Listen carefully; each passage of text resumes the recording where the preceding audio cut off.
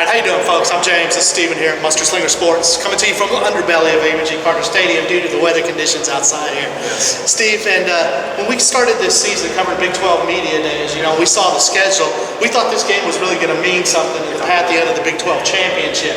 It ends up the game tomorrow, and Stillwater is going to be the one that probably decides everything, Yes, we thought coming into the year this would be for the Big 12 Championship, but comes TCU's couple losses in Oklahoma at Stillwater and Norman has them out of contention, but win today by Baylor and loss tomorrow by Oklahoma up at Stillwater can still have Baylor a chance in for the Big 12 Championship.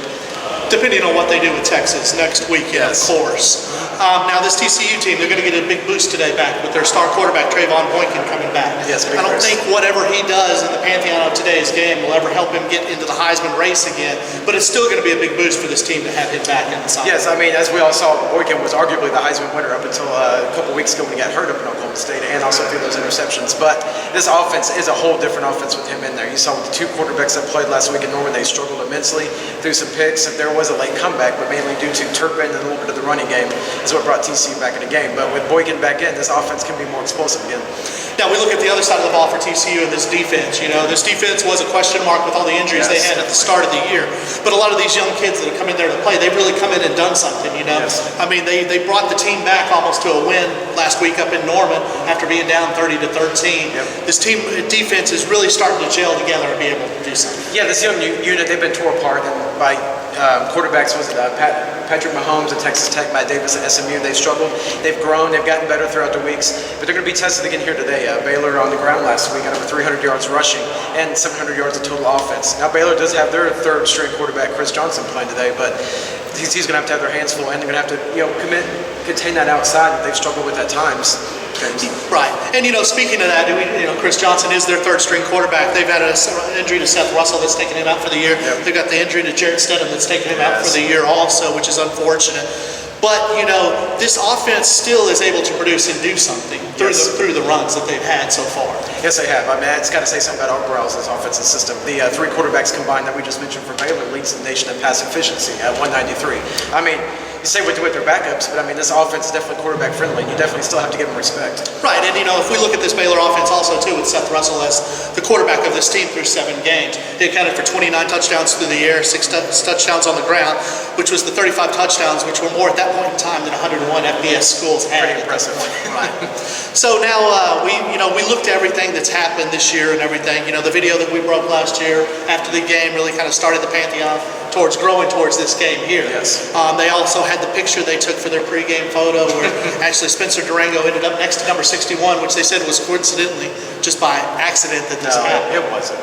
And then also we had this week, which has been taken down, but their kicker, Chris Callahan, he put out a tweet saying that once they won here in Fort Worth that there would be a lot of dancing going on. Someone tweeted back and asked him if he was saying they were going to win, and he said yes they were.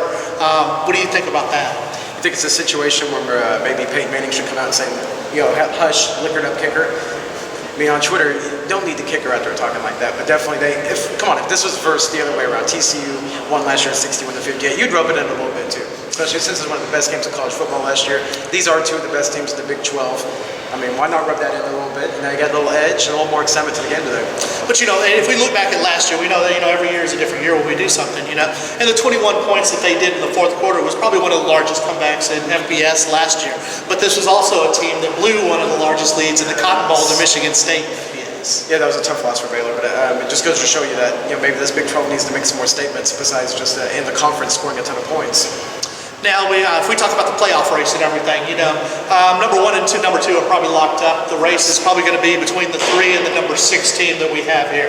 We've got Oklahoma at number 3, we've got Iowa at number 4, we've got Michigan State at number 5, and we've got Notre Dame at number 6. Now, I mean, anybody that knows us know where your allegiance lies with everything, but do you really feel that Oklahoma should be in the number 3 spot at this point in the season? I don't think at this point in the season. I think with them winning in Stillwater tomorrow, they should have a shot at the college football playoff. I mean, their FBI, their record against the FBI, the top 40 teams was 5-0. It could be 6-0 tomorrow if they win. I think that's worthy of a top 4 spot next week. Now this week, I think that was a little premature jumping up over an undefeated team, even though Iowa really hasn't played anybody yet to the Big Ten championship, James. But Iowa should probably be in there with an undefeated record. Definitely Notre Dame.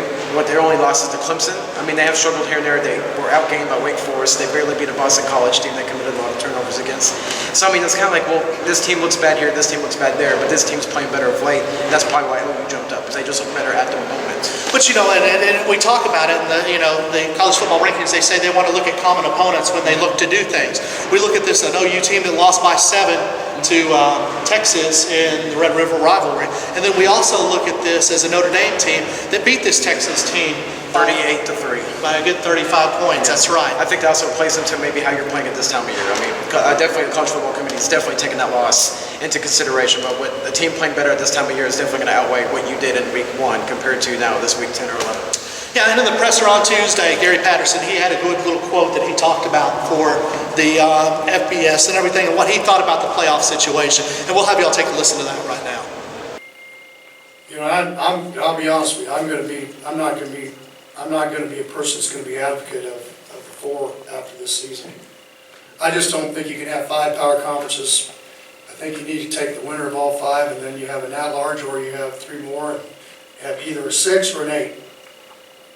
And because I think we need to take people's opinions out of this, and just what you did during the season is what gives you the opportunity to play yourself into it.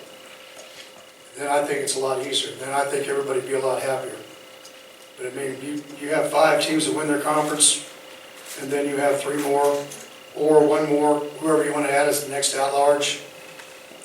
Then you go about your business. But I think. All right, Steve, what do you expect to see here out of this game? I mean, do you expect the conditions to be something? Or do you think, I mean, is it going to be just a hard dose of the running game from Baylor when they come out of here? Or do you think these receivers on the outside with Corey Coleman and Katie Cannon are going to be able to do something in this one? Oh, definitely they're going to be. I mean, these quarterbacks have thrown a wet football before. These conditions aren't going to be a factor, but it's not like we're going to see, nothing but 5-yard slants and zone reads all day long. No, there's going to still be some throws downfield. You got to take your chances, keep these defenses, respectful of the running game. But still, at the same time, this play actually could open up maybe, the safety creeping up for the first quarter or 2. You get used to seeing a run, get seen a run. The next thing you know, you got Corey Coleman sneaking by a safety, or Colby Lissaby doing the same thing on the other end. So you have to respect it. And if that's the case, we're going to look at here. We also got to look at on the defensive side of the ball for TCU, and a player named Nick Orr, who was a cornerback who they moved because of injuries over to the number 2 free safety position here.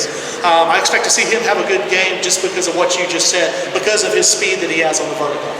Yes, I expect him to do have a good game, and you definitely have to watch out for Corey Coleman. I mean, he's arguably the best receiver in college football right now. The numbers he's putting up are ridiculous. 20 touchdowns leads the nation in, and number 2 in receiving yards per game at 130.